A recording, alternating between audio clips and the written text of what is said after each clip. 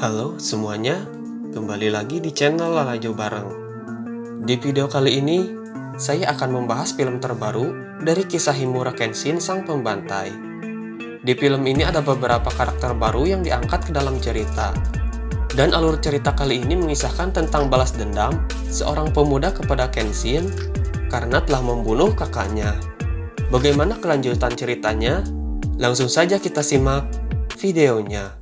Di awal cerita kita dibawa ke tahun 1879, di mana Saito Hajime datang membawa pasukan kepolisian untuk mencari seseorang di dalam kereta api.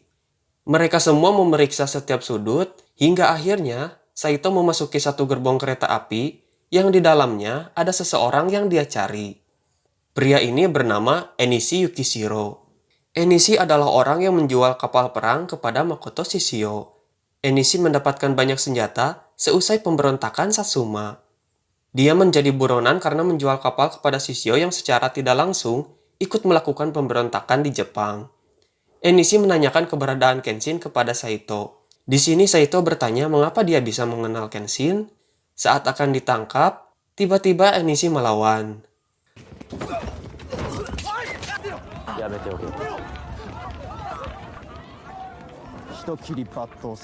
Meskipun dia dikepung oleh banyak polisi, tapi dia masih sanggup melawan.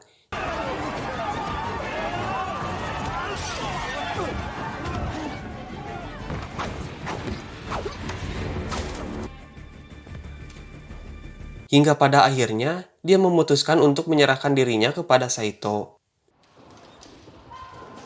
Di tempat lain, tepatnya di Kementerian Dalam Negeri, tempat pelatihan kepolisian, Kenshin melihat Kaoru yang menjadi instruktur di sana.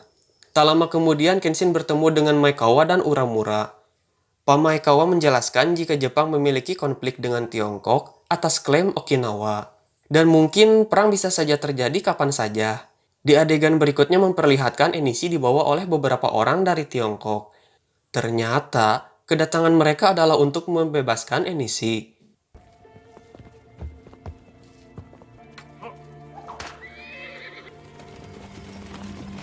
Saito yang mendengar hal itu langsung meminta penjelasan dari atasannya.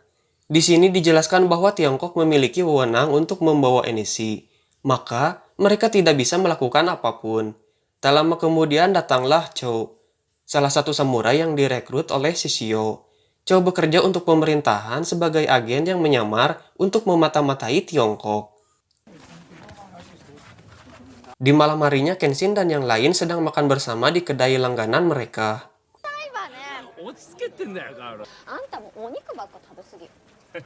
Tapi di tempat lain, Enishi dan tim aliansinya tengah melakukan sesuatu. Yang ternyata mereka meledakkan kedai Akabeko di mana itu adalah tempat mereka makan tadi.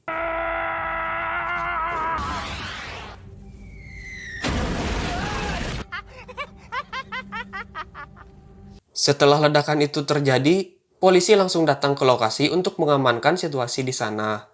Di sini Kapol Uramura memberitahu Kenshin jika ledakan itu terjadi di Akabeko dan mereka sedang mencari siapa dalang di balik semua ini.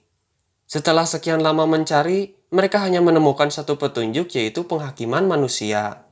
Tiba-tiba datanglah Saito dan memberitahu jika orang yang melakukan semua ini berasal dari Shanghai. Di sini Saito menyampaikan pesan Enishi dengan mengatakan, apakah Batosai masih memiliki bekas luka di pipinya? Tapi meskipun begitu, Kenshin masih belum mengetahui siapakah orang yang dimaksud. Saat Kenshin sedang merenung dan diceramahi oleh Sanosuke, tiba-tiba ada orang yang datang meminta tolong karena dojo Maekawa diserang oleh seseorang.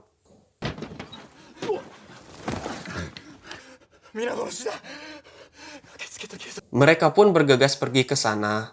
Tapi di tengah jalan, ada sesuatu yang terjadi di kediaman Kapol Uramura. Akhirnya mereka membagi tugas, Kenshin pergi ke rumah Uramura, sedangkan Sanosuke pergi ke dojo Maekawa.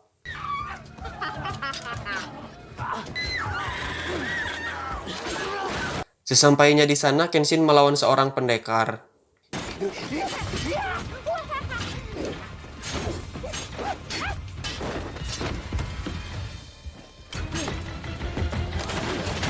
Hingga saat terdesak, pendekar itu memutuskan untuk bunuh diri.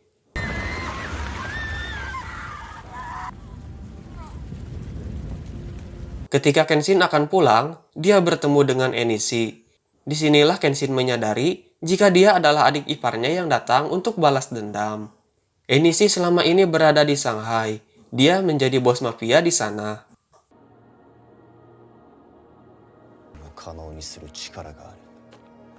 Di scene berikutnya, Cho memberikan kabar kepada Saito mengenai keberadaan gudang senjata yang ada di Yokohama. Tempat itu dikelola oleh Wu Heixing sekaligus teman aliansi Enishi. Di sini Kenshin meminta semuanya untuk berkumpul, lalu dia menceritakan masa lalunya. Enishi Yukishiro adalah adik dari Tomoe Himura yang merupakan istri Kenshin yang sudah meninggal beberapa tahun yang lalu. Dulu mereka bertemu secara tanpa sengaja hingga akhirnya mereka pun memutuskan untuk hidup bersama. Di dalam buku catatan Tomoe dijelaskan bahwa tunangannya adalah samurai yang dibunuh oleh Kenshin di masa lalu yang mengakibatkan salah satu luka di pipinya. Saat Kenshin sedang bertarung, Tomoe sengaja memasang badan sehingga dia tertebas pedang Kenshin dan tak lama kemudian dia pun meninggal. Sebelum Tomoe meninggal, dia memberikan luka silang di pipi Kenshin. Mungkin luka ini sebagai bayaran atas kematian tunangannya dulu, tapi Tomoe enggan untuk balas dendam, apalagi sampai membunuh Kenshin. Di sisi lain, dari sudut pandang Enishi, Kenshin adalah orang yang bertanggung jawab atas kematian kakaknya. Mendengar cerita Kenshin, semua orang yang ada di sana hanya bisa terdiam. Di adegan berikutnya, Cho berada di kediaman Enishi. Ternyata dia memberikan informasi palsu kepada Saito. Dia menjebak Saito atas perintah Wu Heixing. Di sini mereka berduel namun tidak diperlihatkan seperti apa pertempuran mereka. Keesokan harinya Dojo kedatangan Misao dan Aoshi. Maksud dari kedatangan mereka adalah untuk memberikan buku catatan Tomoe kepada Kenshin. Tapi karena Kenshin tidak ada, akhirnya buku itu dititipkan kepada Kaoru. Di malam harinya, Saito dan anak buahnya pergi ke gudang senjata di Yokohama berdasarkan informasi yang diberikan oleh Cho. Sesampainya di gudang itu, mereka disergap oleh Wu Heixing dan anak buahnya.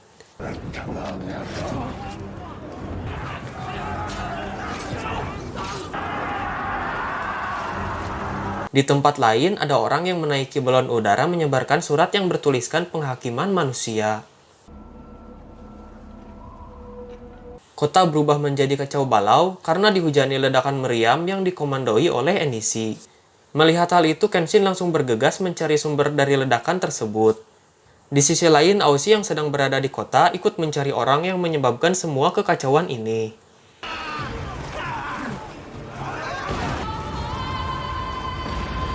Kenshin bertarung dengan salah satu pendekar yang menggunakan senapan otomatis di tangannya. Meskipun di awal pertarungan terlihat dia hanya menghindar, tapi tidak butuh waktu lama baginya untuk mengalahkan pendekar tersebut. Pendekar itu meminta Kenshin untuk menghabisinya. Tapi karena Kenshin sudah berjanji tidak akan membunuh lagi, maka dia pun membiarkan polisi yang mengurus sisanya. Di tempat lain, Aoshi berhadapan dengan beberapa orang bertopeng. Tapi datanglah Misao lalu membantunya. Mereka berhasil mengatasinya, akan tetapi salah satu pria bertopeng itu malah bunuh diri. Di sini Aoshi mengalami luka parah karena menyelamatkan penduduk yang kebetulan berada di sana. Enishi datang ke dojo Kamiya untuk mencari Kenshin, akan tetapi dia dihadang oleh Sanosuke. Sanosuke yang dibantu oleh beberapa murid dojo tidak sanggup untuk menghentikan Enishi. Hingga akhirnya Kaoru dibawa olehnya. Betapa terkejutnya Kenshin ketika melihat semua orang yang berada di dojo sudah babak belur. Ketika Kenshin melihat karung yang dibawa oleh Enishi, ternyata di dalamnya ada jasad Cho, dan di dalam mulutnya ada sebuah pesan untuknya. Keesokan harinya ketika Kaoru tersadar, dia mencoba untuk melarikan diri. Tapi tempat dia berada tepat di atas bukit, lalu Enishi datang untuk mencoba menghabisi Kaoru, namun dia tidak sanggup untuk menghabisinya. Di adegan berikutnya, Kenshin memutuskan untuk pergi menyelamatkan Kaoru. Dia pun menitipkan Sanosuke dan dojo kepada Yahiko. Di tempat lain, Enishi memberikan organisasi kepada Heixing lebih cepat dari perkiraan. Karena baginya membunuh Kenshin adalah segalanya, maka semua hal yang didapat tidaklah penting. Heixing yang merasa terhina memiliki rencana sendiri dengan merekrut Sojiro Seta untuk membunuh Kenshin maupun Enishi. Setibanya Kenshin di markas musuh, dia dikepung oleh banyak orang, namun Kenshin tidak gentar sedikit pun.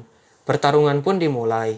Kenshin bisa mengimbangi mereka semua, tetapi karena jumlah mereka yang bertambah, Kenshin pun kewalahan. Hingga akhirnya datanglah Misao beserta anggota Oniwa Bansu Edo membantunya. Tak lama kemudian, datanglah Saito dengan anggotanya dan juga Sanosuke yang dalam keadaan babak belur. Di dalam mansion, Kenshin sudah disambut oleh Heising dan anak buahnya. Tiba-tiba datanglah Sojiro ke dalam pertarungan, dan itu membuat Kenshin terkejut. Tapi tanpa diduga, Sojiro malah membantu Kenshin untuk menghadapi Heising dan anak buahnya. Mereka berdua bisa mengatasi komplotan Heising dengan mudah. Namun karena anak buah Heising berdatangan, Sojiro meminta Kenshin untuk melanjutkan perjalanannya. Di sisi lain, Misao dan Saito berhasil mengalahkan lawannya dan hanya tinggal menyisakan Enishi. Setibanya Kenshin di tempat Enishi, mereka pun langsung bertarung. Di awal pertarungan, terlihat Kenshin cukup kewalahan untuk menghadapi Enishi. Berkali-kali Enishi melakukan serangan secara bertubi-tubi, hingga akhirnya Kenshin mulai serius untuk menghadapi Enishi.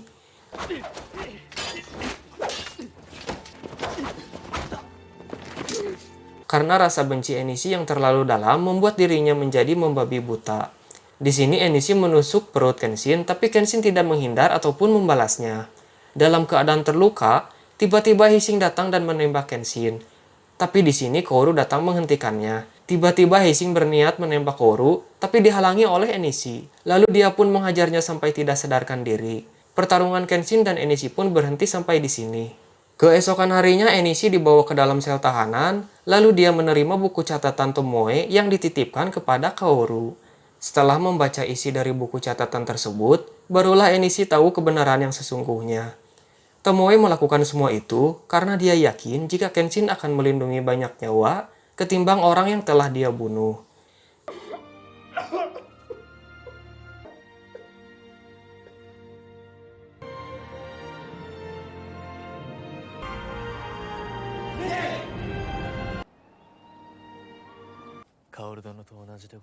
Kehidupan di Kamiya Dojo kembali seperti semula, dan cerita pun berakhir.